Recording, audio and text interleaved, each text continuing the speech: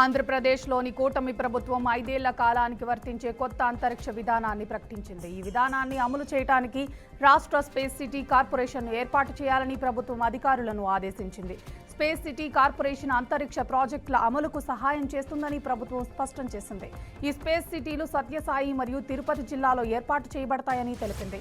భూ కేటాయింపులు, దరఖాస్తుల పరిశీలన వంటి ప్రక్రియలు ఒక కమిటీ ద్వారా అనుమతులు పొందుతాయని ప్రభుత్వం వెల్లడించింది. మహబూబాబాద్ జిల్లాలోని బీఆర్ఎస్ పార్టీ కార్యాలయంలో బీఆర్ఎస్ నాయకులు విస్తృత స్థాయి సమావేశం నిర్వహించారు. ఈ సమావేశంలో ఆ పార్టీ సీనియర్ నేతలు కాంగ్రెస్ ప్రభుత్వంపై తీవ్ర స్థాయిలో విరుచుకుపడ్డారు. మాజీ మంత్రి సత్యవతి రాథోడ్, మాజీ ఎంపీ కవిత కాంగ్రెస్ పార్టీ బీసీలను మోసం చేస్తుందని ఆరోపించారు. ఆర్డినెన్స్ పేరుతో మరోసారి బీసీలను మోసం చేయాలనే కుట్ర కాంగ్రెస్ పార్టీ చేస్తుందని వారు విమర్శించారు. సీఎం రేవంత్ బీసీ రిజర్వేషన్లపై నిజమైన చిత్తశుద్ధి చూపించాలని అన్నారు.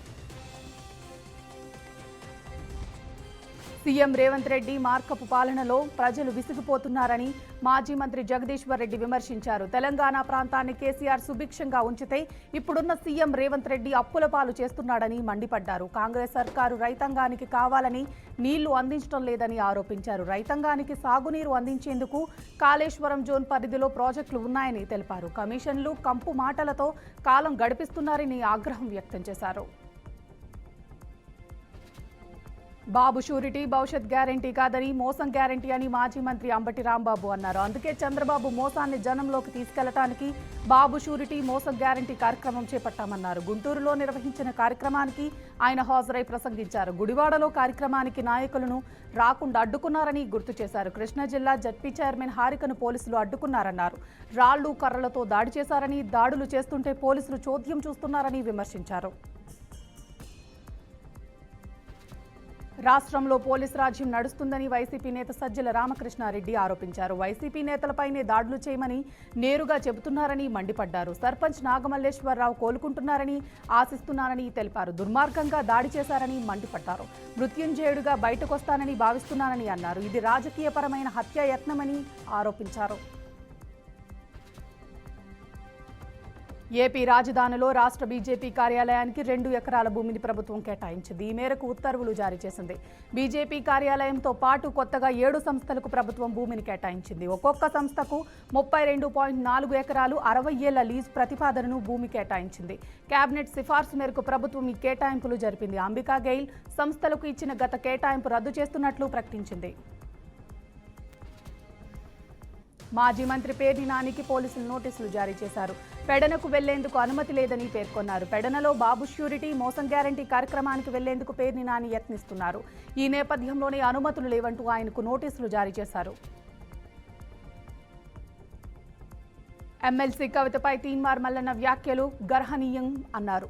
టీపీసీసీ అధ్యక్షులు మహేష్ కుమార్ గౌడ్ మహిళలను గౌరవించుకోవటం మన సంప్రదాయమని, కవితపై మల్లన్న చేసిన అనుచిత వ్యాఖ్యలు ఖండించాల్సిందేనని స్పష్టం చేశారు. అయితే ఆయన కార్యాలయంపై జాగృతి కార్యకర్తల దాడి చట్ట వ్యతిరేకమని మండిపడ్డారు. చట్ట పరిధిలో అందరూ పనిచేసుకోవాలని సూచించారు.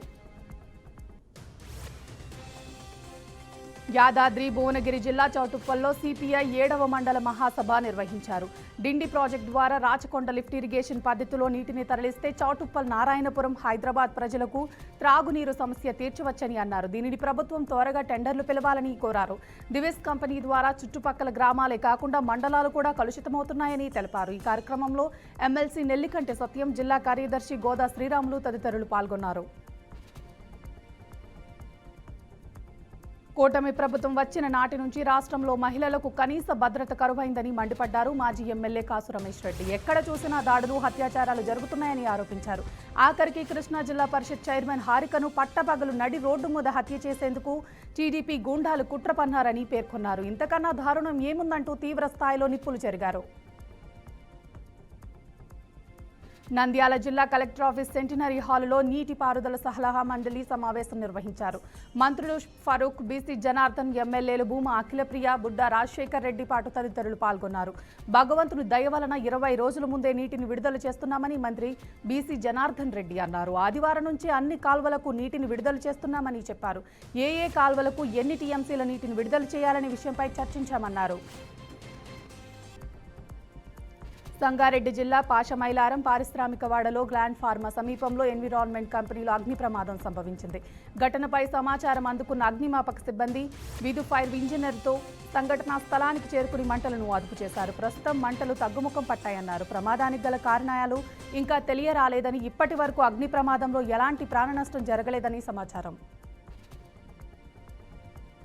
కేరళ సీఎం పినరయి విజయన్ నివాసం క్లిప్ హౌస్ కు ఆదివారం బాంబు బెదిరింపులు వచ్చాయి. ఆయన నివాసాన్ని బాంబులతో పేల్చేస్తామని తంపనూరు పోలీస్ స్టేషన్ కు గుర్తు తెలియని వ్యక్తులు ఈమెయిల్ పంపించారు. దీంతో అప్రమత్తమైన సీఎంఓ అధికారులు, పోలీసులు, డాగ్ స్క్వాడ్, బాంబ్ స్క్వాడ్ బృందాలతో కలిసి క్షుణ్ణంగా తనిఖీలు చేపట్టారు. దాదాపు 4 గంటల తనిఖీల అనంతరం ఎలాంటి పేలుడు పదార్థాలు లేవని నిర్ధారించుకున్నారు. ఆదిలాబాద్ బోనాల పండుగ సందర్భంగా ఆదిలాబాద్ పురాతన శ్రీ మహాలక్ష్మి పోచమ్మ తల్లి ఆలయాలను ఎస్పీ అఖిల్ మహాజన్ కుటుంబంతో కలిసి దర్శించుకున్నారు. ఆలయాల్లో ప్రత్యేక పూజలు నిర్వహించారు. అనంతరం ఆలయ కమిటీ సభ్యులు ఎస్పీకి ఘనంగా సత్కరించి ప్రసాదాలు అందించారు. ప్రజలకు బోనాల శుభాకాంక్షలు తెలిపారు. డీఎస్పీ జీవన్ రెడ్డి, సీఐ సునీల్ కూడా పాల్గొన్నారు. నల్గొండ జిల్లా ప్రాజెక్టుకు భారీగా వరద నీరు చేరుతుంది. శ్రీశైలం నుంచి 62,983 క్యూసెక్కుల వరద వచ్చి చేరింది. కృష్ణమ్మ ఉధృతితో డ్యాం గేట్లను తాకుతున్న నీరు ప్రస్తుతం 1,650 క్యూసెక్కుల నీటిని దిగువకు విడుదల చేస్తున్నారు. ప్రాజెక్టుకు గరిష్ట నీటి మట్టం 590 అడుగులు కాగా ప్రస్తుతం 550 నుంచి 40 అడుగులకు చేరింది. పూర్తి నీటి నిల్వ సామర్థ్యం 312 టీఎంసీలు. ప్రస్తుతం 210.660 టీఎంసీల నీరు నిల్వ అవుతుంది. త్వరలో ఆయకట్టుకు నీటిని విడుదల చేయనున్నట్లు అధికారులు తెలిపారు. నిజామాబాద్ జిల్లాలో ఆదివారం ఆషాఢ మాస బోనాల ఉత్సవాలు ఘనంగా జరిగాయి. ఈ ఉత్సవాల్లో బాన్సువాడ ఎమ్మెల్యే పోచారం శ్రీనివాసరెడ్డి ముఖ్య అతిథిగా హాజరయ్యారు. అనంతరం బోనం ఎత్తి ఊరేగింపులో పాల్గొన్నారు. ఈ సందర్భంగా మాజీ డీసీసీఐ చైర్మన్ పోచారం భాస్కర్ రెడ్డి, నియోజకవర్గ నాయకులు, ప్రజాప్రతినిధులు, భక్తులు పెద్ద సంఖ్యలో పాల్గొన్నారు. ఏలూరు జిల్లా వెలగలపల్లి శివారులో బస్ చెట్టును ఢీకొని ప్రమాదం జరిగింది. రోడ్డులో గోతులను తప్పించబోయి స్టీరింగ్ పై నియంత్రణ కోల్పోయిన డ్రైవర్ చెట్టును ఢీకొన్నాడు. ఈ ఘటనలో 12 మంది ప్రయాణికులు స్వల్పంగా గాయపడ్డారు. గాయపడిన వారిని 108 వాహనంలో చింతలపూడి ప్రభుత్వ ఆసుపత్రికి తరలించారు. సత్తుపల్లి నుంచి ఏలూరు వెళ్తున్న బస్ ఈ ప్రమాదానికి గురైంది. ప్రధాన రహదారిపై గోతులు ప్రమాదాలకు కారణమవుతున్నాయని స్థానికులు ఆవేదన వ్యక్తం చేస్తున్నారు. ఇటీవల లింగపాలెం యువకుడి మృతి ఘటనకు వారు గుర్తు చేశారు. మంచిర్యాలలో ఉప ముఖ్యమంత్రి మల్లుబట్టి విక్రమార్క, మంత్రి జూపల్లి కృష్ణారావు, ఐటీ శాఖ మంత్రి శ్రీధర్ బాబు, ఆరోగ్య మంత్రి దామోదర్ రాజనరసింహ ఆదివారం విస్తృత స్థాయిలో పర్యటించారు. లక్షట్పేటలో కొత్తగా నిర్మించిన సామాజిక ఆరోగ్య కేంద్రాన్ని వారు ప్రారంభించారు. అలాగే దండేపల్లి మండలం రెబ్బనపల్లిలో ఇందిరా మహిళా శక్తి సోలార్ ప్రాజెక్ట్ శంకుస్థాపన చేశారు. అనంతరం హాజీపూర్ మండల వేంపల్లిలో ఇండస్ట్రియల్ పార్క్ను శంకుస్థాపన చేసి బహిరంగ సభలో పాల్గొన్న మంత్రులు. నంద్యాల జిల్లా నందికొట్కూరు మండలంలో సిపిఐ రిజర్వేషన్ ఆధ్వర్యంలో పెన్షన్ లబ్ధిదారుతో సమావేశం జరిగింది. రాష్ట్ర ప్రభుత్వ ఎన్నికల హామీల అమలుకు డిమాండ్ చేస్తూ జూలై 14న నంద్యాల కలెక్టర్ కార్యాలయం ఎదుట ధర్నా నిర్వహిస్తున్నట్లు జిల్లా నేత పిక్కిలి వెంకటేశ్వరరావు ప్రకటించారు. ఇళ్ల స్థలాల మంజూరు, గృహ నిర్మాణ సహాయం, పెన్షన్లు, నిరుద్యోగ భృతి, మహిళలకు ఆర్థిక సహాయం వంటి హామీలను అమలు చేయాలని కోరారు. రాష్ట్రంలోని రైతులకు హైదరాబాద్ వాతావరణ శాఖ గుడ్ న్యూస్ చెప్పింది. ఈశాన్య బంగాళాఖాతంలో ఉపరితల ద్రోణి ఏర్పడిందని, దీని కారణంగా నైరుతి రుతుపవనాలు విస్తరించి రానున్న 3 రోజుల్లో తెలంగాణలో తేలికపాటి నుంచి మోస్తరు వర్షాలు కురిసే అవకాశం ఉందని పేర్కొంది. పలుచోట్ల ఉరుములు, మెరుపులు గంటకు 30 నుంచి 40 కిలోమీటర్ల వేగంతో ఈదురుగాలులు వీస్తాయని తెలిపింది. వాతావరణ శాఖ ప్రజలను అప్రమత్తంగా ఉండాలని హెచ్చరిస్తోంది.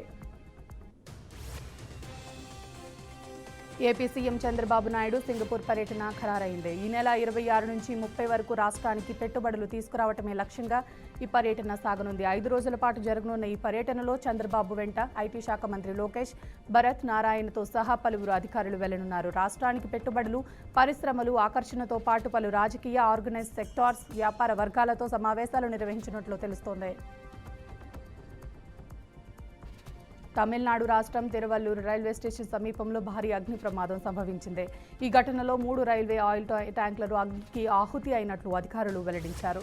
దీంతో అప్రమత్తమైన రైల్వే అధికారులు కుప్పం మీదుగా బెంగళూరు, చెన్నై వెళ్లే అన్ని రైళ్లను తాత్కాలికంగా రద్దు చేసినట్లు ప్రకటించారు. ఈ పరిణామంతో అనేక రైళ్లు ఎక్కడికక్కడ నిలిచిపోయాయి. ప్రస్తుతం కుప్పం రైల్వే స్టేషన్లో బెంగళూరు నుంచి చెన్నై వెళ్లే లాగ్భగ్ సూపర్ ఫాస్ట్ రైలు నిలుపబడింది. ఈ సంఘటన స్థలానికి అగ్నిమాపక బృందాలు చేరుకుని మంటలు అదుపు చేసేందుకు చర్యలు చేపట్టాయి.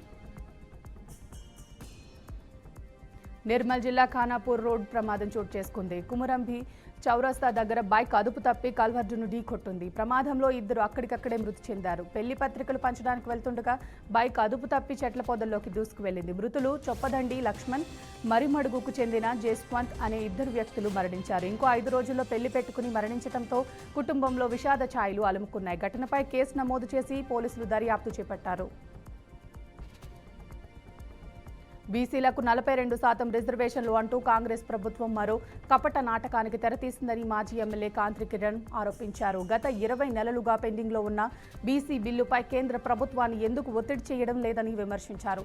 రాబోయే స్థానిక సంస్థల ఎన్నికలను దృష్టిలో పెట్టుకుని బీసీల ఓట్ల కోసం హామీలతో బీసీలను మోసం చేయాలని కాంగ్రెస్ ప్రభుత్వం చూస్తుందని ఆరోపించారు.